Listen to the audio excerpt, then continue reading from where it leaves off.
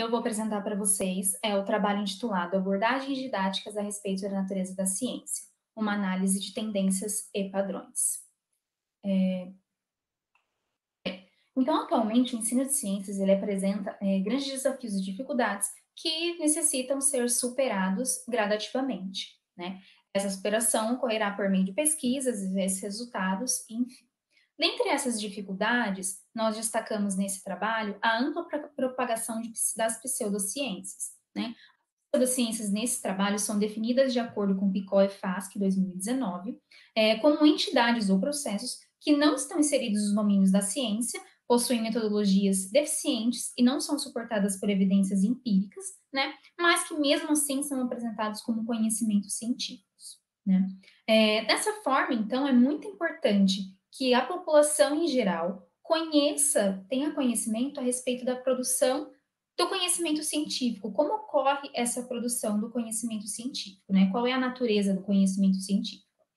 Bem, dessa forma, é muito importante também que estudantes e também professores, os docentes, tenham um conhecimento a esse respeito, o que dá subsídios, né, para a identificação dessas pseudociências, o que está dentro do domínio científico e o que não está.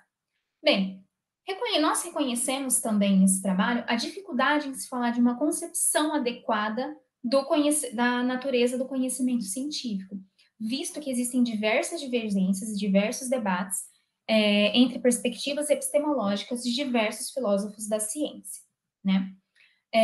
No entanto, apesar desses debates, existem alguns aspectos que que esses diversos filósofos da ciência citados anteriormente, eles têm em comum. Então, esses aspectos consensuais obtidos pelas diversas perspectivas epistemológicas são conhecidos como a visão consensual a respeito da natureza do conhecimento científico. Nesse trabalho, nós destacamos a recusa da ideia do método científico, a recusa da ideia de que a ciência se produz por apenas um método e que esse método científico é composto de várias regras bem definidas e rígidas, né? Então, a recusa dessa ideia de método científico. Essa ideia de método científico, ela desconsidera o pluralismo metodológico, que é uma dos aspectos da produção do conhecimento científico.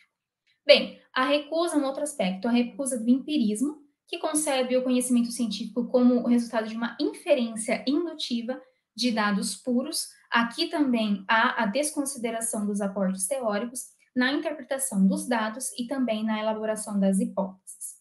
Bem, aqui um outro aspecto também é destacar o papel atribuído pela investigação ao pensamento divergente, que concebe que não se raciocina por meio de certezas baseadas em evidências, mas sim em termos de hipóteses que são elaboradas e se apoiam em conhecimentos adquiridos anteriormente, né? Caracterizando assim um processo hipotético dedutivo e não um processo indutivo. Bem, um outro aspecto conceitual também é a procura da coerência global, visto que o conhecimento científico ele tem que ser passível de reprodução para todo mundo, né?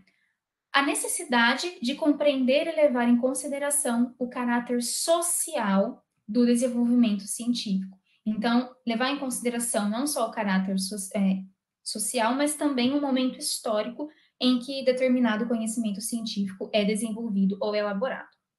Bem, levando em consideração esses aspectos, então, e a importância do conhecimento desses aspectos para o ensino de ciências, o objetivo do nosso trabalho é apresentar o panorama geral a respeito de pesquisas realizadas no âmbito nacional por meio de um levantamento bibliográfico e apresentar uma análise pormenorizada de trabalhos que apresentam artigos empíricos de abordagens aplicadas na sala de aula. Então, o critério que nós utilizamos para a seleção de artigos foram 8 revistas de influência nacional na área de ensino, de acordo com os levantamentos de Teixeira Greco Júnior de 2012 e Costa e Batista de 2014. A busca ela foi realizada diretamente nos sites dessas revistas e o critério de seleção foi a presença do termo natureza da ciência, no título, resumo ou palavra-chave. O período que nós realizamos a busca foi de 2015 a 2019. Então, para que a gente consiga traçar um panorama, nós elaboramos 6 unidades temáticas para unitarizar os artigos encontrados durante a busca e também para orientar a compreensão do que está sendo realizado atualmente nas pesquisas. Bem, então aqui nós temos as unidades temáticas elaboradas e o total de artigos que foram unitarizados em cada uma delas. Então, unidade temática 1, nós tivemos 6 trabalhos unitarizados em concepções a respeito da natureza do conhecimento científico. São trabalhos que apenas apresentam um levantamento de concepções de natureza do conhecimento científico, tanto de docentes quanto de discentes. Unidade temática 2, foram encontrados 19 trabalhos. Né? Unidade temática 2 se refere a artigos teóricos, ou seja, artigos que apresentam contribuições do conhecimento da natureza do conhecimento científico no ensino de ciências.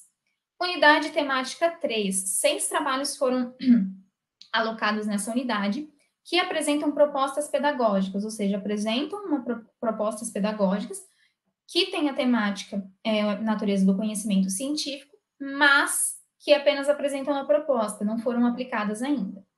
Unidade temática 4, artigos empíricos, 15 trabalhos foram encontrados, puderam ser alocados nessa unidade temática. Então, esses artigos são artigos que apresentam propostas de abordagens e que essas abordagens foram aplicadas e apresentam resultados empíricos. Né? Unidade temática 5, revisão de literatura, são trabalhos que apresentam um panorama, assim como esse. E unidade temática 6, instrumentos de análise. São trabalhos que ou apresentam a construção ou a validação de instrumentos de análise para a identificação de conhecimentos a respeito de concepções a respeito da natureza do conhecimento científico. Né? Então, aqui, nós fizemos a análise pormenorizada dos artigos alocados na unidade temática 4, ou seja, de artigos empíricos, artigos em que as abordagens foram realmente aplicadas. Então, nós utilizamos como parâmetro para essa análise o nível educacional em que elas foram aplicadas, o tipo de abordagem que foi utilizado, os instrumentos de avaliação utilizados e os sujeitos que aplicaram a abordagem. Então, em relação ao nível educacional, nós podemos perceber aqui que houve uma predominância no ensino médio e na formação inicial, e uma escassez no ensino fundamental e na formação continuada de professores.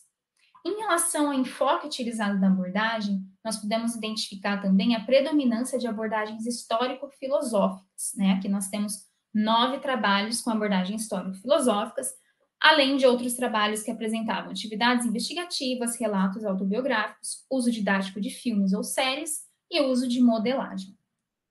Em relação à realização da abordagem, nós tivemos também a predominância de abordagens que foram aplicadas pelo próprio pesquisador, né, pelo próprio autor dessa investigação.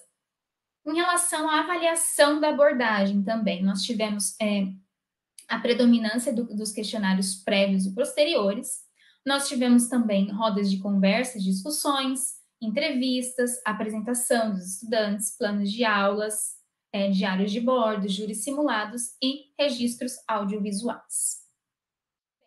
Então, aqui mesmo considerando a necessidade de levar em consideração que professores, assim como estudantes, podem possuir visões inadequadas a respeito da natureza da ciência ou a natureza do conhecimento científico, pouco é encontrado a respeito desse âmbito na formação inicial e principalmente na formação continuada.